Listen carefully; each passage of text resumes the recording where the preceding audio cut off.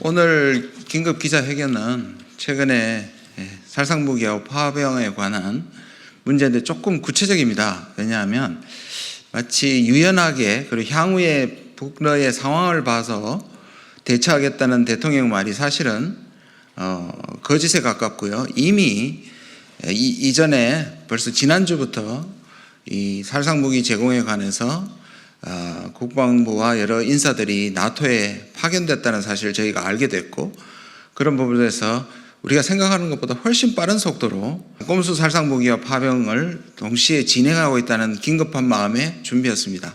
윤석열 정부의 우크라이나 살상무기 지원 추진을 즉각 중단하라. 국방부 직원들의 나토 본부 출장 목적과 결과를 즉시 공개하라. 윤석열 정부가 우크라이나에 살상무기 지원을 검토하고 있습니다.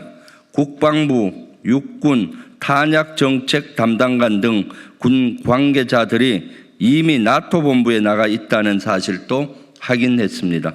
대한민국은 2023년부터 우크라이나에 비살상 물자만을 지원해 왔습니다. 그리고 인도적 지원도 같이 해왔습니다. 그러나 북러 군사동맹이 체결된 지난 6월부터 윤석열 정부는 호시탐탐 우크라이나 살상무기 지원 확대를 검토했습니다. 북한군의 러시아 파병선이 제기된 후 이 방안은 급물살을 타고 있습니다. 전 세계가 전쟁의 피로에 쌓여 종전을 외치는 시점에서 살상무기 지원 검토와 지원 관련된 행동들은 정상적이지가 아니합니다. 또한 현재 우리 군의 탄약 재고 사항을 보면 살상무기 지원 추진은 국방력을 약화시키는 무리한 지원입니다. 살상무기 지원은 군수품 관리법 제13조에 따른 불용품에 대한 무상양도 혹은 제14조에 따른 무상대여 방식밖에 없는데, 탄약은 불용품이 아니므로 사실상 무상대여입니다. 군수품관리법 제14조는 군수물자의 무상대여의 전제 조건을 각 군의 운용이나 작전에 특별한 지장이 없다고 인정될 때라고 명확히 규정하고 있습니다. 그러나 현 시점에서 우크라이나에 대한 탄약류 지원은 해당 법조항을 명백히 위반한 것임과 동시에 우리 군의 대비태세를 약화하는 것입니다. 군수품 관리 훈령 제34조에서 탄약은 61분을 유지할 것을 명확하게 규정하고 있습니다. 그러나 우리 군이 보유한 다수의 탄종이 61분을 유지하지 못하고 있습니다. 심지어 포탄들 중에는 일주일밖에 없는 것들도 있습니다. 당장 휴전선에서 전쟁이 벌어질 경우 우리가 쓸 탄약도 모자란다는 뜻입니다. 북한의 도발이나 국지전이 벌어지지 않는다는 보장이 없다면 우크라이나에 대한 탄약 지원은 명백히 각 군의 운영이나 작전에 지장을 주는 것입니다. 나아가 동종, 동량, 반환이라 이 사실상 불가능하므로 소모성 물자 대여 금지라는 군수품 관리 훈령 원칙도 위반하게 됩니다. 규정을 위반하고 우리 군의 대비태세에 구멍을 내면서 탄약을 지원해야 할 정도로 북한군 파병설의 내용과 우리에게 미칠 영향은 분명하지 않습니다. 우크라이나 살상무기 지원 추진을 즉각 중단할 것을 촉구합니다.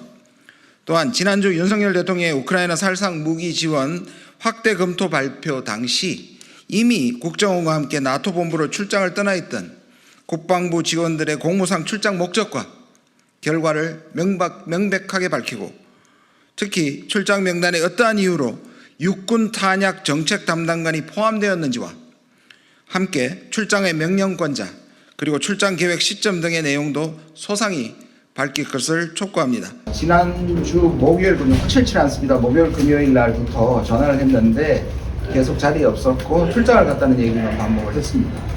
그래서 그 출장 목적이 아무래도 미심쩍어서 계속 추궁했지만 계속 나오는 대답은 밝힐 수 없다, 제가 그럴 위치에 있지 않다라고 했는데, 실제로 대통령이 뒤에 유연하게 하기 전에 이미 나토에 그것도 육군 탄약 관리를 하는 분이, 지금은 공군 탄약 관리하는 분이 오히려 대행을 임시로 맡아서 하고 있습니다.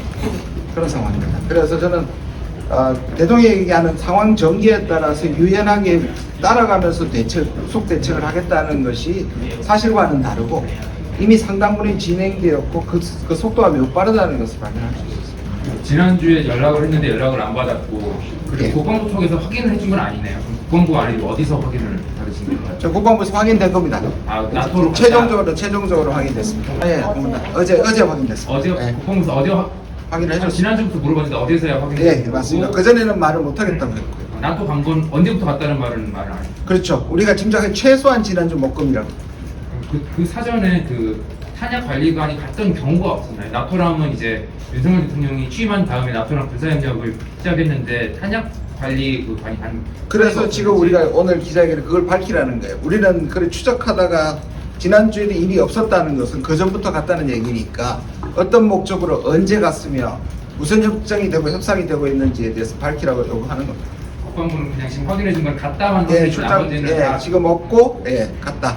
정부 대표단에 국방부에서도 간 걸로 알고 있어서 저희가 저희 국방위원으로서 질의를 했습니다. 군 간부들 몇 명 갔느냐 했을 때 국방부 답변은 국정원이 주도하기 때문에 답변해 줄 수 없다 하면서 사실 그런 거는 몇 명 누굴 갖고는 충분히 알려줄 수 있는데 그런 걸 지금 은폐하고 있습니다. 사실 그렇기 때문에 의혹이 더욱더 증폭되고요. 그러기 여러 가지 정황상 그런 것들이 되는 거죠. 그리고 무기 특히 탄약에 대해서 지원을 검토하고 있는 걸로 알고 있는데 탄약이 간다면은 아마 155mm 포탄일 확률이 가장 많습니다. 이미 155mm는 작년에 공식적으로 10만 발 이미 미국을 통해서 지원이 된 걸로 인정을 국방부가 했고요. 그 다음에 미국에서 노출된 비밀에 의하면은 33만 발이 가는 정황들이 있어서 여러 MBC에서도 그렇고 취재했을 때 한 30여만 발 이상이 진해항을 거쳐서 독일 쪽으로 간 걸로 확인이 되고 있지 않습니까? 그래서 지난번에 국방에서 제가 50여만 발 우회 지원했다라고 의혹을 제기했더니 임종덕 의원은 그 당시 안보실 2차장을 했습니다. 50여만 발 우회 지원이 아니라 50여만 발 미국에 수출을 한 거다라고 장관한테 물었더니 장관이 그렇다라고 인정을 했고요. 그러다가 오후에 갑자기 그 수정을 해서 10만 발은 미국 수출한 거고 나머지는 얘기할 수 없다라고 하는데 아마 저는 임종덕 의원이 그 당시 안보실 2차장을 했기 때문에 거기에 맞을 거라고 무게감을 합니다. 원래 우회 지원도 무기 수출의 불문율이 뭐냐 하면 제3자 이전 금지입니다. 안 그렇겠습니까? 내가 수출한 것이 돌아와서 내 적으로도 갈 수 있으면 그건 불문율인데 그걸 부인해왔던 이 정부가 사실상 이번 더 큰 일을 앞두고 오히려 우회 지원을 인정하는 공식화하는 계기가 됐다는 거 하나 하고요.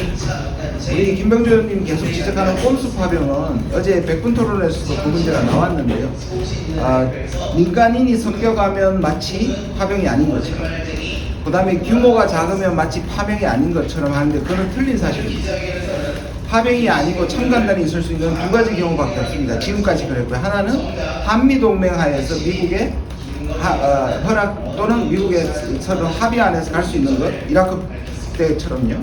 두 번째는 유엔 평화유지군이라는 승인 하에서만 갈 때는 참관단이 허락이 되는데 우크라이나 우리 관계처럼 개인별 관계가 아무것도 없는 것은 한 명이 가도 군인이 섞여가도 파병입니다. 그래서 국회 동의를 받아야 합니다.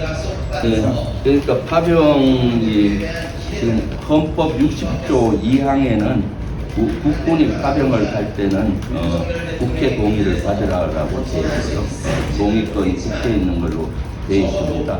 하부법이나 이런 걸 검토해 봤으니까 국방부 훈령에 해외 파병 관련된 훈령을 만들었는데 거기는 현재 우크라이나에 이렇게 가는 거는 포함이 안 되어 있습니다. 거기는 유엔에서 결의에 의해서 유엔에서 간다든가 예를 들면 PKO 이런 거라든가 다국적 군으로 갈 경우 예를 들면 걸프전 같이 다국적 결의에 의해서 갈 경우 이런 데 국한이 되어 있고요. 지금처럼 실제 우크라이나와 전혀 우리가 동맹 관계도 아니고 국제적인 어떤 그 협약에 의해서 하는 것도 아닌 이런 것들은 규정도 되어 있지 않습니다. 그래서 창간단을 보낸다, 뭐 연락반을 보낸다, 모니터링반을 용어를 여러 가지를 쓰면서 하는데 한 명이라도 나가는 것은 파병인 거고요.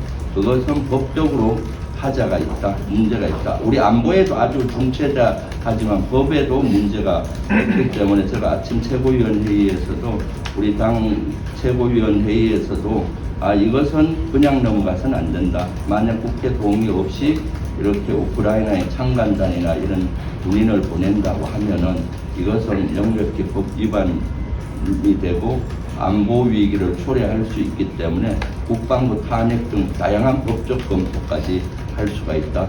장관은 탄핵을 그것도 관련자들은 법적 검토까지도 할 수 있겠다라고 판단을 해서 강력히 대응을 하려고 합니다. 또 이제 정보 수집 필요성에 대해서 이렇게 말씀을 하셨어요, 브리핑에서. 그러면 어떤 형식이 좀 적실하다고 보시는지.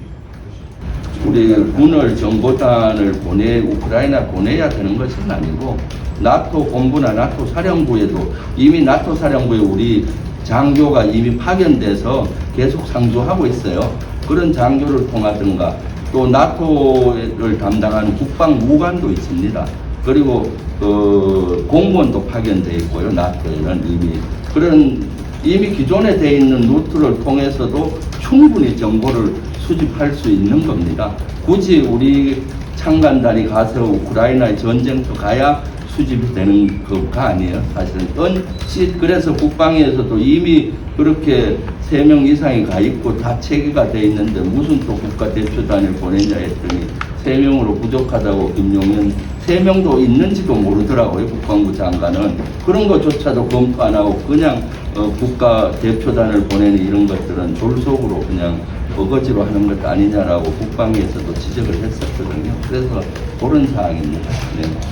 하나만 조금 질문 받기 전에 하나만 조금 더 추가를 하면 우리가 아무리 파병이 아니고 창간단이라고 한정을 해도 이미 국제사회는 나토와 미국에는 살상무기 제공을 거의 사실상 이걸로 받아들이고 이것이 심지어 파병으로 이어질 수 있는 개연성을 갖고 있기 때문에 이 자체가 우리한테는 굉장히 위험하고 잘못된 국제적 신호를 보낸다고 할 수 있습니다.